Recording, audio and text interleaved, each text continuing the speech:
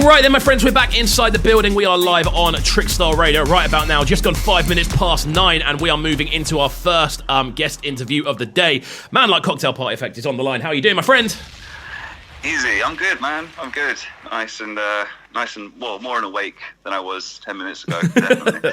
I'm glad, man. I'm glad. It's good to get you on the line. Obviously, we've known each other for I'm assuming it's around 10 years now. We've known each other. Like, it's been a long period of time. Yeah, I was thinking about that the other day. I was trying to count actually because it's been a long time.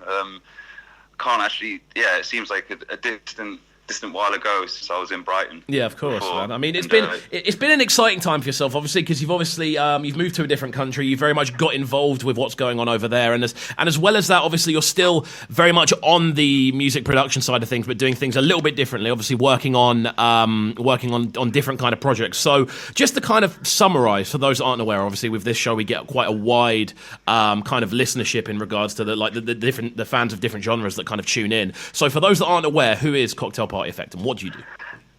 Well, yeah, that's a good question. I wake up every morning and ask myself this as well. Well, Cocktail Party Effect.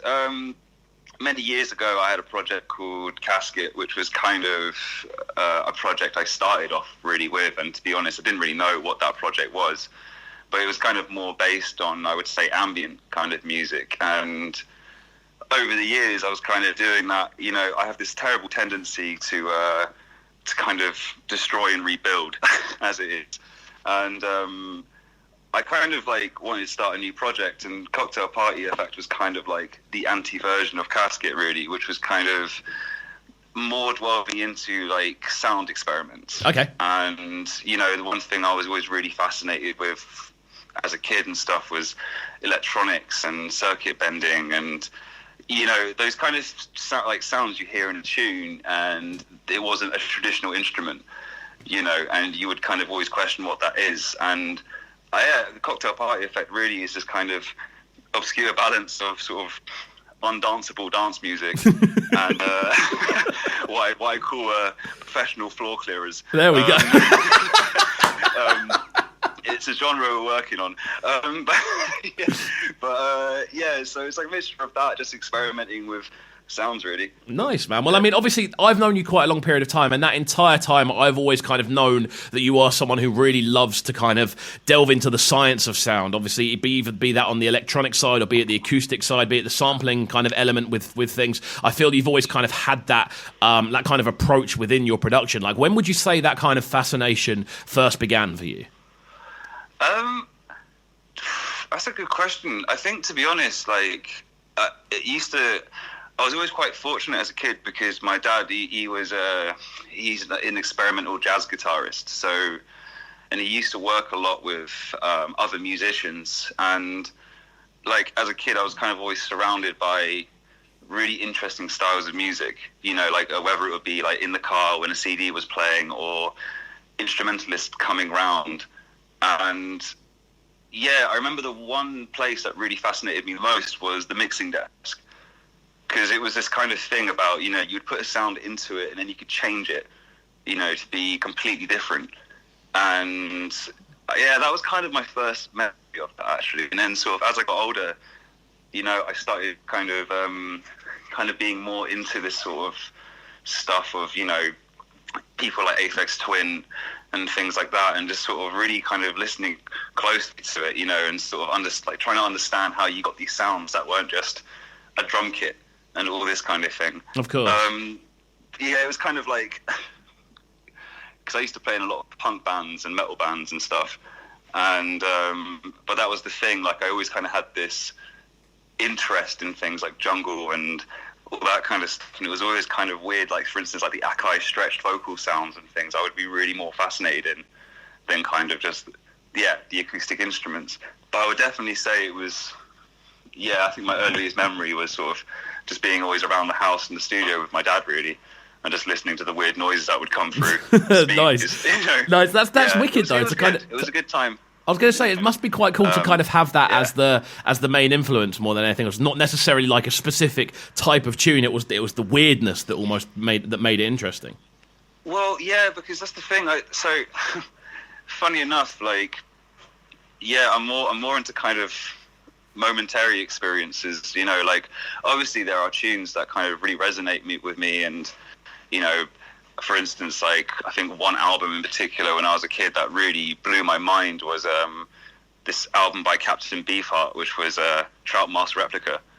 And I remember my dad showing me this album, and it completely blew my mind on kind of, wow, you can make tracks like that, you know. Yeah.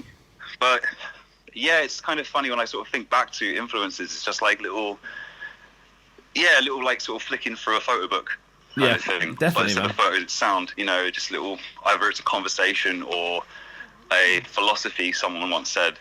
You know, those things really kind of stay in your mind when you make tunes. Wicked, man. Well, this is all really, really interesting to listen through. Like with your kind of like evolution of sound, then what would you say the biggest thing that's changed about your sound is over the last sort of 10 years or so?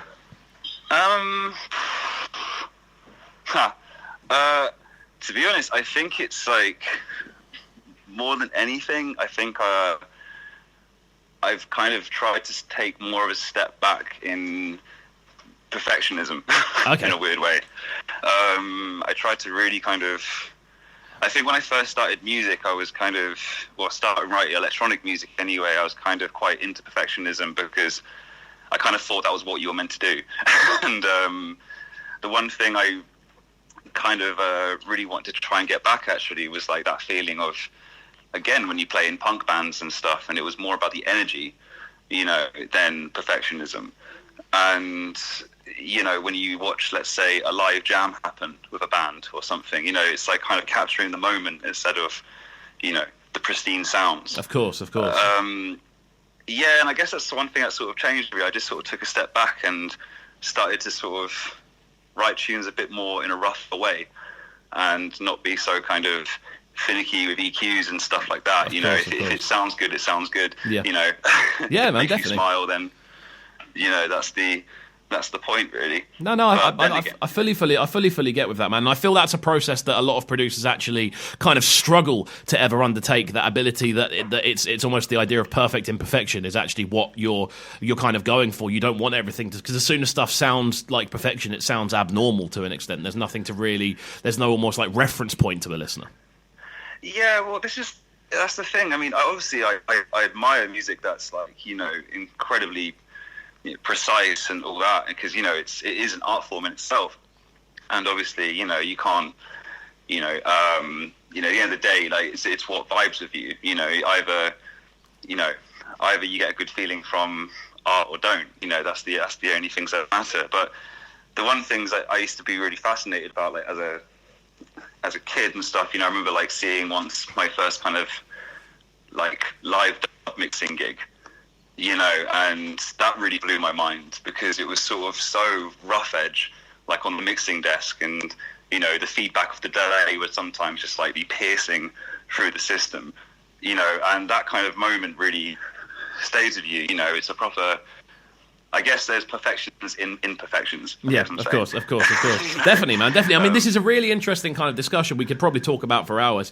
And I'm pretty sure we have spoken about this for hours at some point a long time ago. But yeah, kind of moving forward then, we're going to get into one of the tracks you sent over. The track goes by the name of Cause for Bad Shelving. Now, an interesting name for a tune. So talk me through how this one came together. Oh, yeah, right. So basically,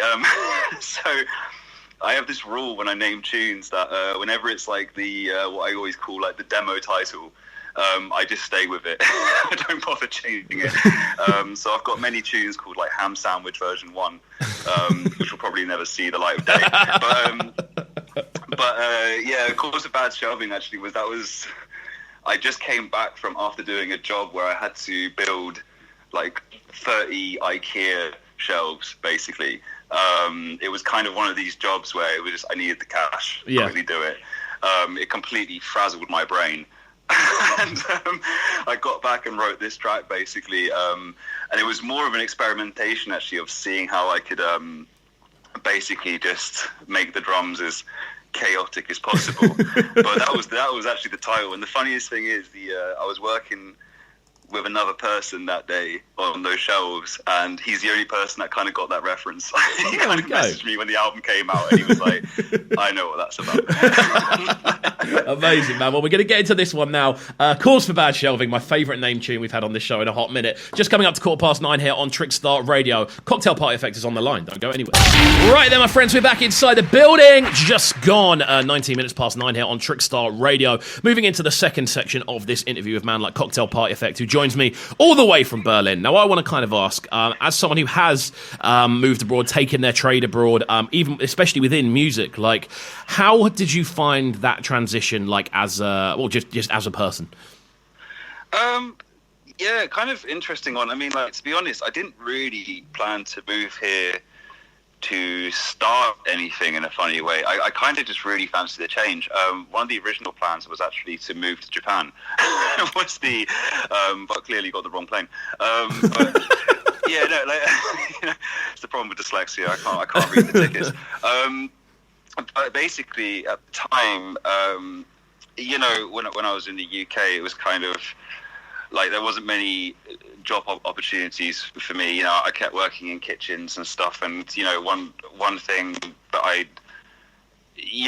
really wanted to do was kind of just like have a full change, and I think one of the nicest things to do is kind of scare yourself a little bit in those changes, just getting off the plane and going, right, what do I do? So I kind of was researching the internet for kind of places that were kind of more affordable to live. And yeah, I sort of jumped on a plane to Berlin, didn't really know what was going to happen. I had like, 200 euros saved kind of thing. And then from there, really, I kind of started learning about the city. And it was really nice. Like, it's a really great city to be in. A really big community of artists. I've been here now almost 8 years. And of course, the city's definitely changing. Because it becomes more known to be the place to be. Yeah, of course. Kind of thing. But my first 4 years here it was pretty wild. There was still a lot of like kind of unbuilt areas, abandoned kind of factories and stuff, and there was like these kind of underground venues that would kind of only be known about by word of mouth and all that kind of thing. But yeah, it was a great experience, and of course, obviously I didn't make the plane to Japan, but I stayed here, and been here ever since, really. Nice. But who knows, maybe I'll go somewhere else in the next few years, but so far it's a great place to be. Definitely, man. I feel, especially working in dance music specifically, I feel there must be so many like little, not even like little advantages, meaning they don't matter, but kind of like little things that you kind of get from just being there that are quite beneficial to you. Yeah, totally. I mean, the thing is, it's like, regarding just art in general, it's just everyone's doing something different, and everyone's got their own ideologies about, art and how to create it and what it means to them. And that's always really inspiring, The funny thing is, when I was here regarding sort of electronic music, the club scene here, coming straight into that kind of thing was pretty strange at first, because some of the clubs, they will be open for the whole weekend. They open Friday night, then close Sunday night. As in they just don't shut at all and just go all the way through. Yeah, they just keep going. So I remember one of my first like experiences of a club here, sort of in the first couple of months I moved here. My mate phoned me up. He's like, I'm playing this club. I was like, oh, cool. What time are you playing? And he was just like, yeah, I'm on at like sort of 10 in the morning. And I was kind of like, what? So he was like, yeah, like, what? I can imagine the reaction to that, just being so, just completely throw you out. I was just like, I was like, oh, all right, cool. So, I had my cereal and a coffee, went into this club, and it was like time froze kind of thing. Like in this club, it felt like, 2 in the morning kind of thing, but outside it was 11:30, and it was quite interesting, this sort of smoky, dark room with like hard techno playing, and there was just me in the middle of it, like straight fresh out of a shower, kind of like totally confused. But the one thing it taught me with that really was, the system was quite nice, because people could get it out of their system on the weekend. They could go out for this whole weekend, enjoy themselves, and enjoy this kind of experience of music for the weekend. Yeah, it's interesting, man. Yeah, It completely blew my mind. I was going to say, what was that like the biggest kind of shock that you had moving over there? Yeah, it was definitely one of the biggest shocks. I mean, I think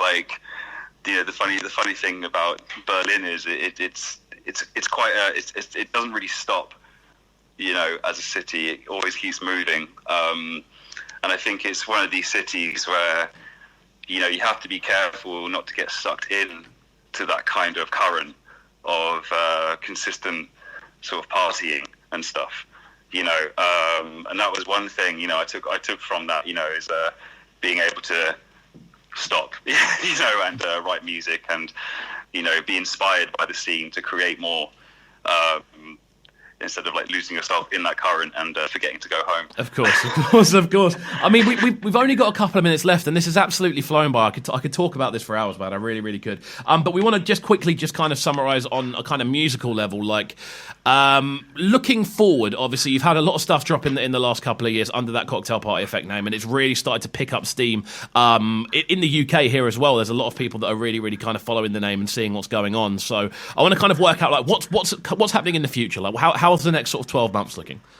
It's happening in the future. So basically, I just released my first album on Tectonic this year, which was a really nice experience because I was like 2 years in the making. And then after that, I'm kind of at the moment, because obviously with COVID, there's no gigs. It's been quite a nice experience just to kind of start writing some different material, but also less focusing on the club really. So I mean, in the sort of future, at the moment I'm working on the next album, and I have a few releases next year coming up. Nothing I can sort of confirm yet. Of course. But yeah, man, just keeping busy, and I do a lot of like mixing and mastering for people, and I work for different songwriters and stuff like that. So I guess really the answer to that question is just bits and bobs, as we say in the UK. Nice. Nice, man. Well, more than anything else, it's good to hear that you're keeping busy. Obviously, having known you for a long period of time, it's good to see that a lot of these things that you have been working on for a long period of time have seemingly you've kind of found a bit of a kind of rooting. It feels like in Berlin, and it feels like that's been quite a good place for you to kind of get your kind of foot finally firmly in the door. Yeah, totally. It's taken a while, as all these things do, but, as you just keep grinding through and, you find your place. Definitely. Somehow. Wicked, man. Okay, cool. Well, we're going to finish up by playing one more tune from yourself. This one goes by the name of Talking to Bricks, and it features Redders. So talk to me about this one before we finish up. Yeah, this one. So basically, like, a big fan of Redders' voice. Love the tracks he's worked on, and this was kind of like a massive experiment actually with I have a terrible habit of buying spring reverbs, and I kind of have this spring obsession, and this was sort of one track I really wanted to see how much I could make the track out of just springs, and so a lot of the sounds you hear, actually things like the snare drum and stuff, are like layered from me just kicking in my spring reverb. There we go. And, interesting. Yeah. And so basically, and then sort of I really wanted to work with a vocalist, and Pinch kind of linked me up with Redders, and it was interesting because I didn't know what to expect with the vocal, and I'm not someone who works with vocals quite often, especially with my own music. And so it was a really nice experience, and he was great to work with, and it turned out to be a nice track, I think. There we go. Well, awesome, man. Awesome. Well, I'll tell you what, it's been absolutely wicked having you on the show today, man. Thank you for taking the time out of your morning to jump on the line with us. One time, before we get into anything else, what's the best social media tag for people to get hold of you on? Oh man, I'm a pretty unsociable person on social media. I'm not very computer savvy. That's the problem. But the best way to kind of connect with me is, Instagram is kind of the thing I'll scroll through the most, really. Okay, cool. But yeah, you can find me on there, and I'm always uploading pictures of my spring reverbs. Nice. Well, dude, we're going to finish up with this one. Thanks for jumping on the line. Stay in touch, and we'll speak soon.